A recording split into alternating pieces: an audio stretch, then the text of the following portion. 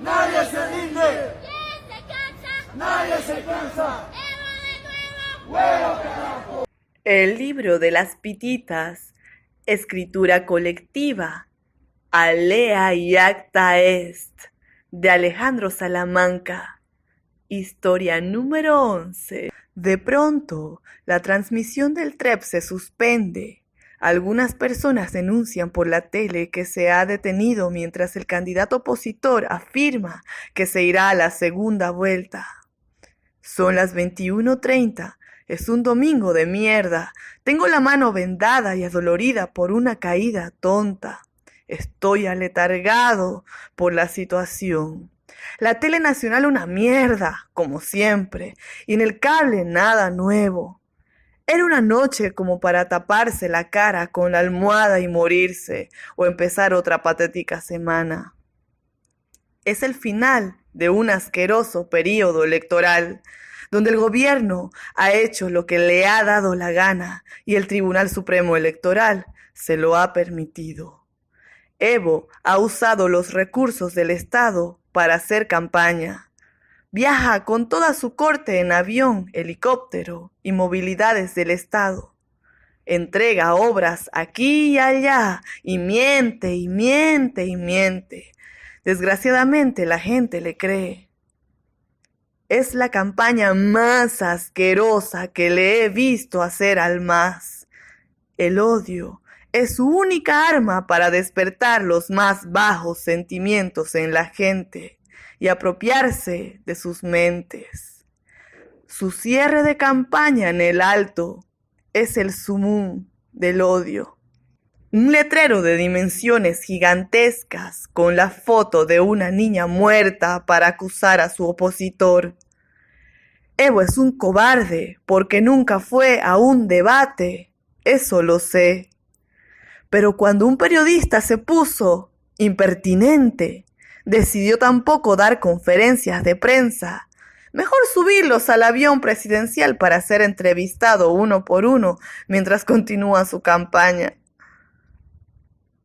El TCE veía a otro lado y nosotros, los ciudadanos, veíamos en la tele en alta definición. Una empresa mexicana, Vía Ciencia, que recién ha sido creada este año, que ni oficinas tiene y que sus 19 seguidores en Twitter, ahora 102, son instituciones del Estado. Fue elegida por el TCE para que sea la única autorizada a hacer encuestas. La UMSA, junto a Jubileo, la fundación, sacaron unas encuestas y el TCE lanzó amenazas apocalípticas sobre ellos, que si tenían la más mínima relación con el partido de oposición, seguro les sacaban de la elección, como lo hicieron en Beni en la elección del gobernador. Todo el aparato de propaganda del Estado se lanzó a degollar, desprestigiar y anular a esas encuestas. El mensaje fue claro: las encuestas de la UMSA están prohibidas. Como una chispa de rebeldía, los tuiteros las compartimos, recomendando por favor no compartas esto. Había que tener cuidado en el Twitter, porque un montón de subnormales autodenominados guerreros digitales iban recabando datos de la gente para luego joderla. A esos no había que discutirles, era inútil. Mejor se los bloqueaba para que no lean lo que escribías. No vaya a ser que escribas algo subido de tono para el contraoficial y luego, no sé. Mejor era hablar moderado. Tampoco había que opinar en las discusiones llenas de flamas. Eran hilos creados por incitadores del gobierno para identificar a los peligros potenciales. Bloquear e ignorar. Por tanto, ese acto de rebeldía de compartir las encuestas de la UMSA fue una nota discordante en Twitter, lleno de trivialidades. No hay TREP. ¿Y a quién le importa? La explicación que dan es que se iniciará el cómputo oficial y han cortado el TREP para evitar confusiones en la gente. En el rumor del día había escuchado que actualizarían cada 3 minutos la página web con los resultados y la verdad no tenía ni idea de qué era el TREP ni que había un cómputo oficial. No me importaba nada lo que vayan a hacer, porque de todas maneras lo harían, como ya lo habían hecho durante el último año. ¡Carajo, qué impotencia! A punto de apagar la tele para ver mi cel hasta dormirme, cuando aparece la noticia, Evo se declara ganador. 1 más 1 = 2. Se suspende el TREP, donde todos señalaban una segunda vuelta, y Evo se declara ganador. ¡Estos hijos de puta van a hacer fraude! Me levanto, corro a mi computadora y veo la página web del TREP. Evidentemente está sin cambio desde hace más de 1 hora. En la parte inferior derecha hay un enlace a un archivo Excel. ¡Hijos de puta! Hablan de soberanía y usan formatos propietarios. ¡Joder! Me han vuelto un mal hablado. Creo un directorio llamado tce/fuentes y descargo el archivo para posterior control de cambios. Informan un URL para la página del cómputo y voy a ver. Es exactamente igual que el TREP. Puedo prepararme para el cómputo si estudio bien el TREP. 20 minutos después ya tengo un script simple para descargar los archivos Excel del cómputo en la medida que estos vayan apareciendo. Esperar. De pronto, a las 22:02, la primera publicación. Me quedo al pendiente para ver si lo de los 3 minutos es verdad y si a las 22:05 hay otra actualización. El script responde bien. Son las 22:08, 22:011, 22:11. Todo bien. A las 22:35 no hay Excel. El script hace una revisión cada 3 minutos. A las 22:38 aparece un Excel. Noto que los segundos han cambiado. Parece que están hurgando el sistema. Desde las 22:02 fue a los 52 segundos. A las 22:32 fueron a los 53 segundos. Y a las 22:38 a los 54. Concluyo que o su sistema es malo o siguen haciendo ajustes. A las 22:41, nuevamente no hay actualización. Aparece un Excel a las 22:45 y nuevamente los segundos han variado. Al momento de hacer el script, tenía la opción de hacerlo para que descargue un archivo para una fecha y hora específicas, tal vez en un mundo perfecto, o ir por la ruta segura. Bajar la página de actualización, extraer la fecha y hora de su archivo Excel, verificar que el archivo no exista, que haya sido previamente descargado y luego descargarlo. Mucho más trabajo, pero es que estamos en Bolivia. En lo que hace el gobierno, lo menos que puedes esperar es que funcione bien. El script se lanza cada 3 minutos y funcionaba una maravilla. Hice el seguimiento hasta la medianoche. Los segundos de publicación se habían estabilizado en 53. Era el momento de analizar cómo convertir los Excels en base de datos y la base de datos en información. A las 6 a.m. ya tenía todo listo. Empecé publicando una animación que mostraba cómo iban cambiando los porcentajes de todos los candidatos en la medida que se iban publicando las actas en los archivos Excel. Si iban a hacer fraude, lo descubriría. Para el mediodía del lunes, empecé a descargar las imágenes de las actas. En el análisis de los datos existían inconsistencias en las operaciones matemáticas. Busqué en las leyes sobre el tema y encontré que los notarios o el Tribunal Electoral Departamental o el Tribunal Supremo Electoral tenían las facultades para corregir esos errores. Quizás lo harían luego. De todas maneras, tenía la copia de todas las actas que habían publicado y podría detectar cuando hicieran esos cambios. Eso se podía evidenciar con los archivos ex de las actas. La cantidad de errores aritméticos era notable. El sistema dejaba pasar esos errores y no había cuando los corrijan. Comenté esto con un amigo y me dijo que lo publiquemos. Le di mis reticencias y me dijo que él lo haría. Preparé un programa que generaba un documento con todos los errores aritméticos y que adjuntaba la imagen del acta para su revisión. Resultó un mamotreto de más de 600 páginas y que pesaba como 400 MB.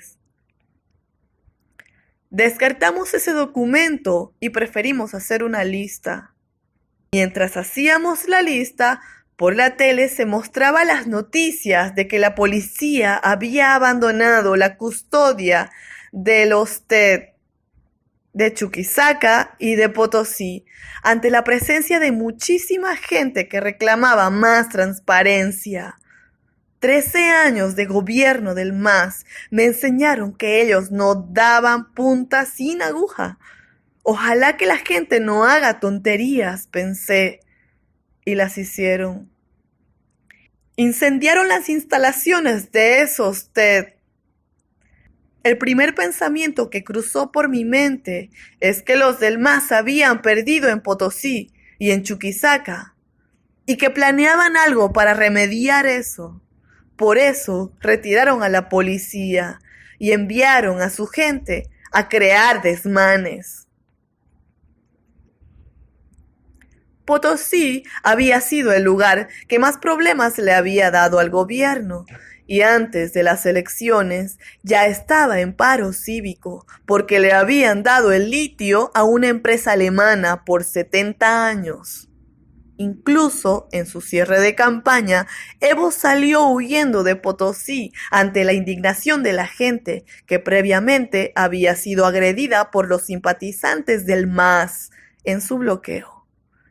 Las imágenes mostraban un Evo abrazado de la cintura de un motociclista, igual que Linera, escapando asustado a coger su helicóptero.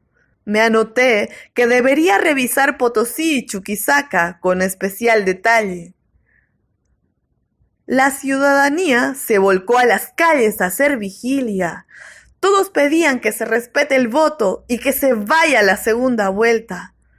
El lunes, cerca de la medianoche, publicamos las listas de errores para presidente y vicepresidente y para diputados. Durante el día, seguí publicando las evoluciones cada 3 horas. Fueron bien aceptadas por la comunidad del Twitter.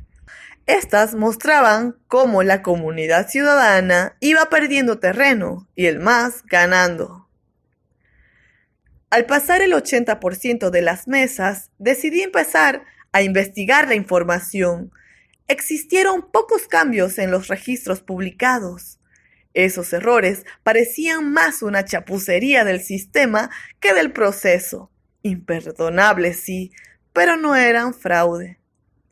Es decir, en un momento X aparecían unos datos y 3 minutos después estos eran cambiados. Los cambios permanecían invariables hasta el final, Salvo ese error, las actas no sufrían cambios. Las actas no sufrían cambios. Las actas no sufrían cambios. Siempre mostraban los mismos datos y la tendencia era consistente. Si algo hicieron fue antes de las actas. Había que analizar las actas en sus imágenes. Como las fotos de las actas tenían fotos y estas, el carnet de identidad de los jurados, se me ocurrió contrastar datos aleatorios con las listas de jurados, excepto para La Paz. No habían listas de jurados.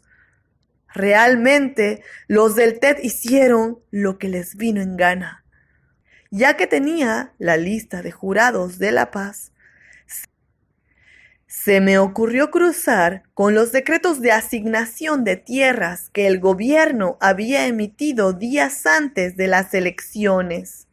Y sí, había gente que había obtenido terrenos en Santa Cruz y que estaba como jurado electoral en La Paz. En el análisis aleatorio empecé a encontrar demasiadas irregularidades.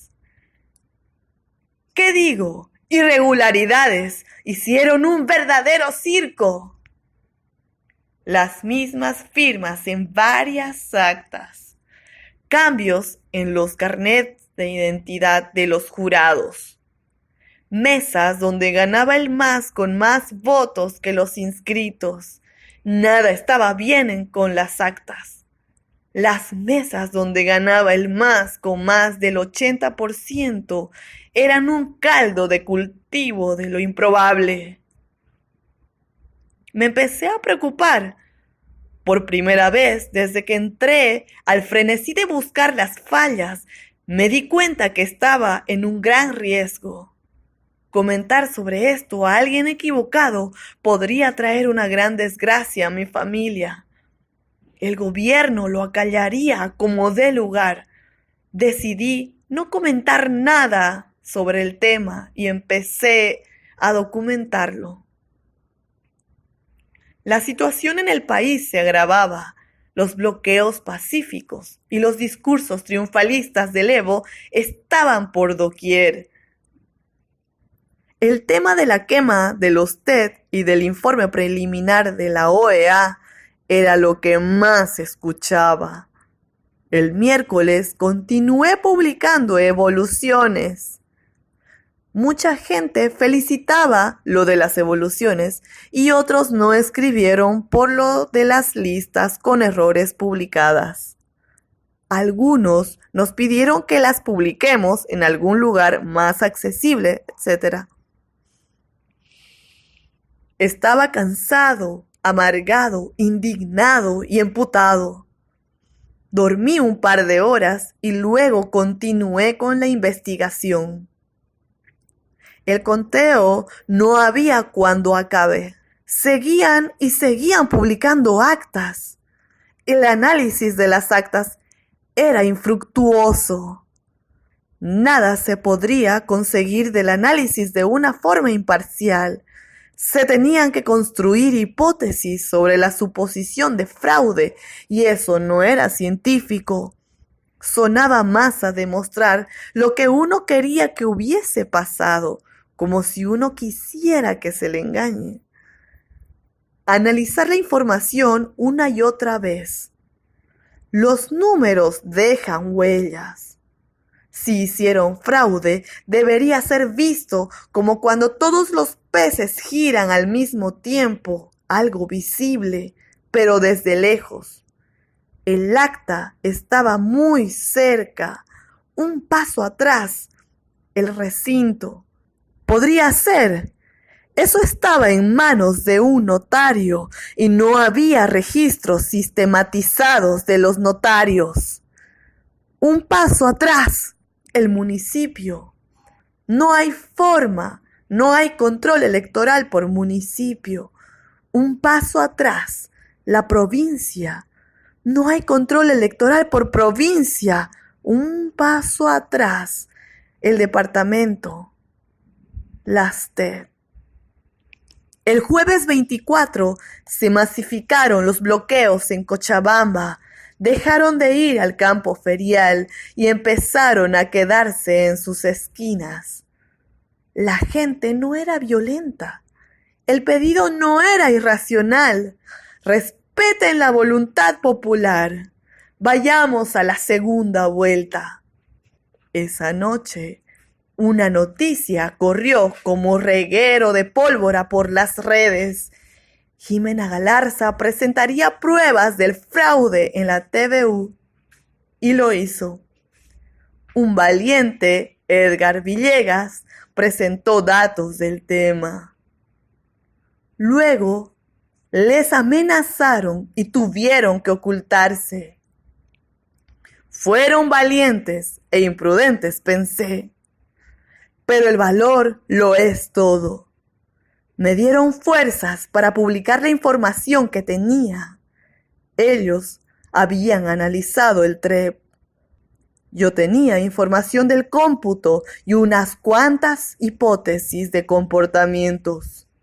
Le hablé a un amigo de ello y se animó a ayudarme a estructurar. Las marchas hacia la TCE eran violentamente reprimidas por la policía. El gobierno llamó a la CONALCAM a rectificar su victoria. Los sectores progubernamentales hacían odas a la victoria de Evo. Por las noches empezó a instaurarse la idea de sonar las cacerolas a las 9 de la noche. Mi amigo ponía su grabación de golpes a cacerolas a todo volumen y continuábamos trabajando. El viernes, la noticia bomba fue la del fraude demostrado por Villegas. Por su parte, Evo se empezó a burlar de los bloqueos y empezó a amenazar a los opositores en ascendidos discursos que hablaban de pruebas, documentos y malos perdedores. Por mi parte, más seguro del valor y el apoyo que le daban a Villegas, abandoné el análisis de actas y el análisis de la Nacional y empecé el análisis por TED. Viendo así, el asunto era una verdadera joda. Si veías la carga de las actas de todo el país, todo se veía muy normal. Era como ver la pendiente de una colina. Todo suave y sin sobresaltos. Las tendencias de Comunidad Ciudadana y del MAS también eran suaves y sin saltos o cambios notables. Analizando la carga de las actas por cada TED, se notaba que sucesivamente paralizaban la carga, la colina se volvía plana y luego la votación del MAS se disparaba. ¡Qué hábiles hijos de puta! Estaban cocinando los datos a la vista de todos. Nos empeñamos a ver muy de cerca las actas y sus fotos, o muy lejos el conteo nacional, y estos cabrones estaban haciendo maromas por departamento. Revisando las actas que fueron cargadas luego del descanso que se dieron por departamento, se notaba la gran cantidad de nulos y blancos. Y dos partidos crecían más rápido que antes del descanso, el MAS y el PDC. Parecía que los votos de Comunidad Ciudadana los anularon, donde ganaba el MAS. Y los votos blancos se volvieron del PDC, donde ganaba Comunidad Ciudadana. El objetivo que claramente se había logrado era perjudicar al CC y beneficiar al MAS. El PDC no era una amenaza dado su bajo porcentaje. El viernes, en La Paz, empezaron unos pocos bloqueos pacíficos. La gente intuía el fraude y les molestaba la alaraca que hacía el gobierno. ¡Fraude! ¡Fraude!, decían. El gobierno se victimizaba por los incendios en los TED, amenazaba a los bloqueadores y sus líderes, y aseguraba que su victoria era limpia y a prueba de balas.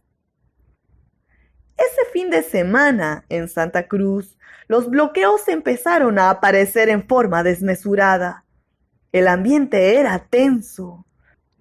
Los choferes en La Paz empezaron a decir que estaban siendo perjudicados con los bloqueos.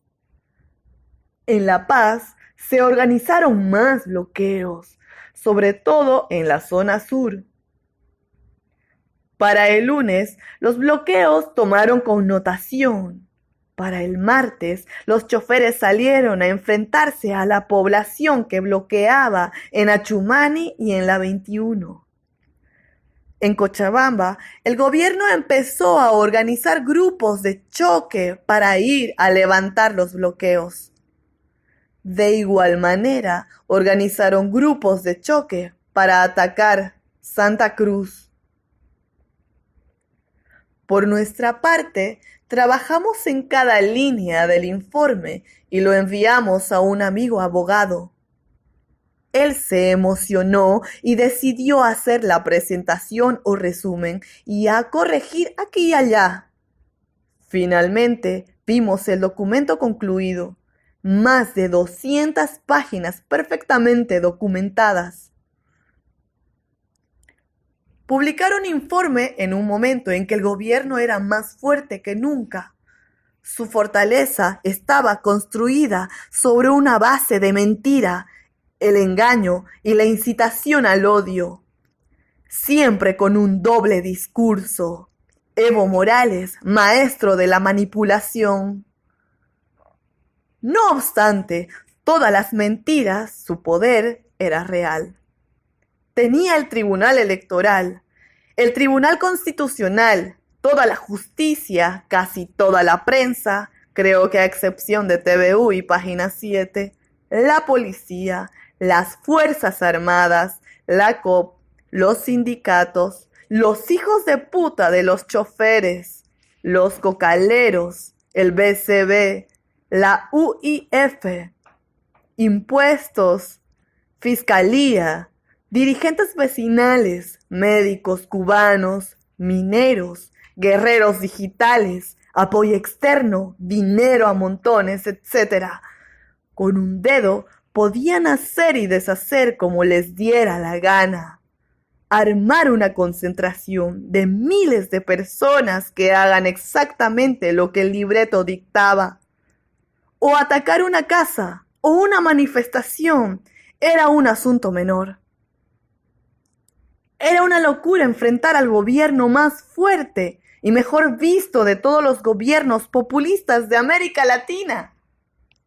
Después de publicar en la web nuestra visión del informe, nos levantamos de nuestros escritorios, apartamos nuestras computadoras, vaciamos los ceniceros y nos fuimos a los bloqueos con pititas, cánticos y sonrisas. No hubo vuelta atrás. Nunca tuvimos opción.